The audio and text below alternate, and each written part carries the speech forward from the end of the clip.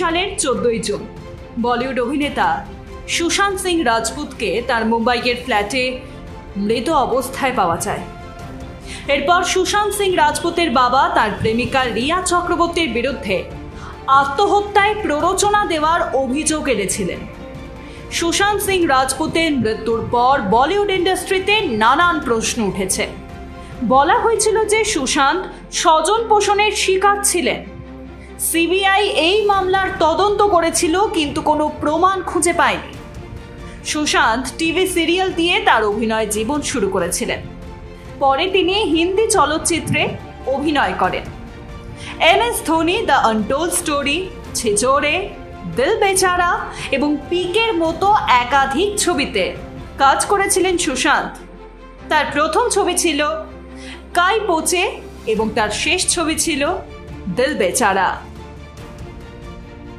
কিউবার বিপ্লবী চে গুয়েভারা 1925 সালের 14 জুন জন্মগ্রহণ করেন।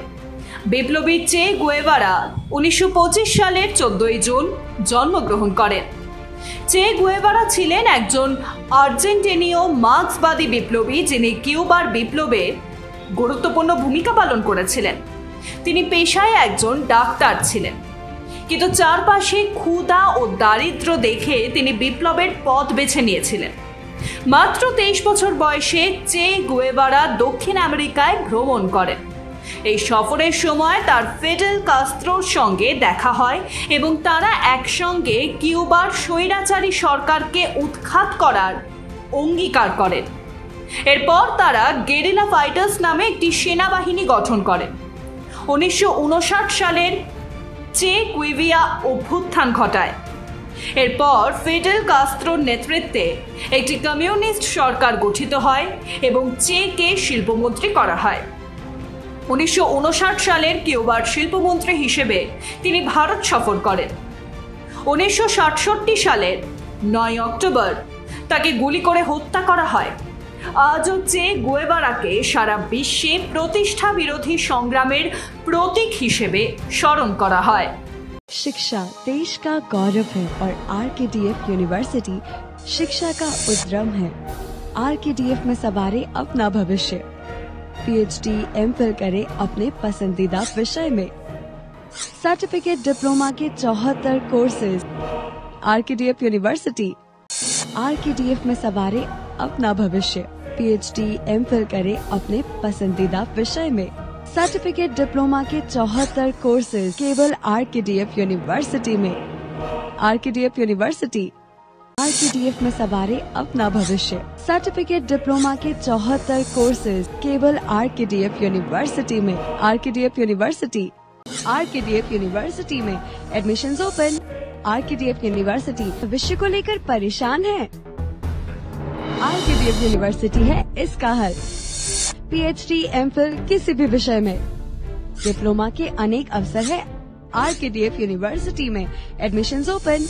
RKDF university. Education glorifies nation. 1777 সালের 14 জুন মার্কিন পতাকা মান্যতা পায়। 1777 সালে মহাদেশীয় কংগ্রেস মার্কিন পতাকার নকশা অনুমোদন করে।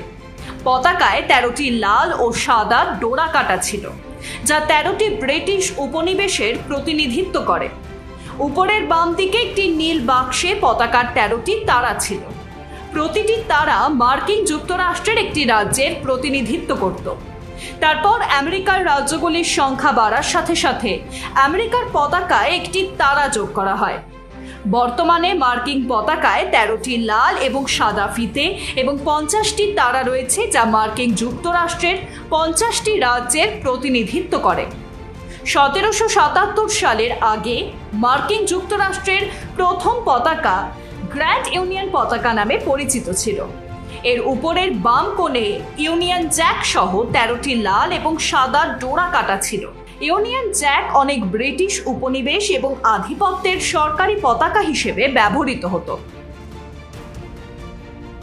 1940 সালের 14 জুন দ্বিতীয় বিশ্বযুদ্ধের সময় জার্মান সৈন্যরা ফ্রান্সের রাজধানী প্যারিসে প্রবেশ করে।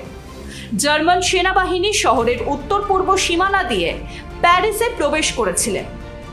যুদ্ধের সময় রক্তপাতের আশঙ্কায় ফরাসি গভর্নর কয়েকদিন আগে প্যারিস থেকে ফরাসি সৈন্য প্রত্যাহারের নির্দেশ পর্যন্ত দিয়েছিলেন। তথ্য অনুযায়ী ফরাসি সরকার 10ই জুন প্যারিস ত্যাগ করে, যার পর জার্মান সেনাবাহিনী 14ই জুন শহরটির দখল করে। এই সময় রাত 9টা থেকে সকাল 5টা পর্যন্ত কারফিউ জারি করা হয়েছিল।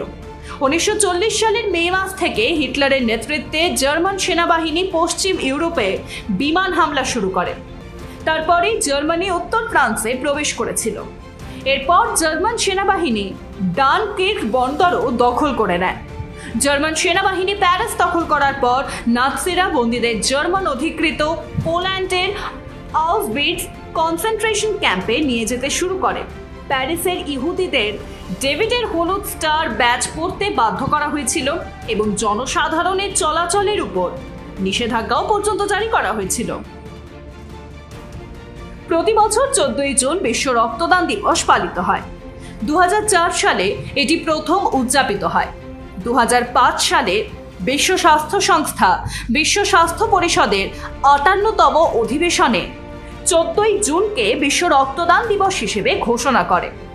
2023 সালে বিশ্ব রক্তদান দিবসের থিম হল রক্ত দিন, প্লাজমা দিন, জীবন ভাগ করুন, প্রায়শই করুন। এই বছর বিশ্ব রক্তদান দিবসের 20 বছর পূর্ণ হচ্ছে, তাই এই বছরের থিমটি একই বিষয়কে তুলে ধরা হয়েছে। এবছর দিবসটির প্রতিপাদ্য রক্তদাতাদের ধন্যবাদ দান ও রক্তদানের 20 বছর উদযাপন। এটি উদযাপনের পিছনে সবচেয়ে বড় উদ্দেশ্য হলো আরও বেশি লোককে রক্তদান করতে উৎসাহিত করা এবং যাদের প্রয়োজন তাদের সাহায্য করা। এছাড়াও রক্তদাতাদের ধন্যবাদ জানানো এবং নিয়মিত রক্তদান করতে অনুপ্রাণিত করা। বলা হয়, নিয়মিত রক্তদান করলে শরীরে আয়রনের অভাব হয় না। একই সময় রক্তদান কার্ডিওভাস্কুলার রোগের বিরুদ্ধে সুরক্ষা দেয়, হার্ট অ্যাটাকের ঝুঁকি হ্রাস করে এবং রক্তাল্পতা বা সংক্রামক রোগের মতো চিকিৎসার সমস্যাগুলি চিহ্নিত করে। যদিও প্রতি মাসে রক্তদান করা যায় না, এর জন্য আরও অন্তত 3 মাস সময় লাগে।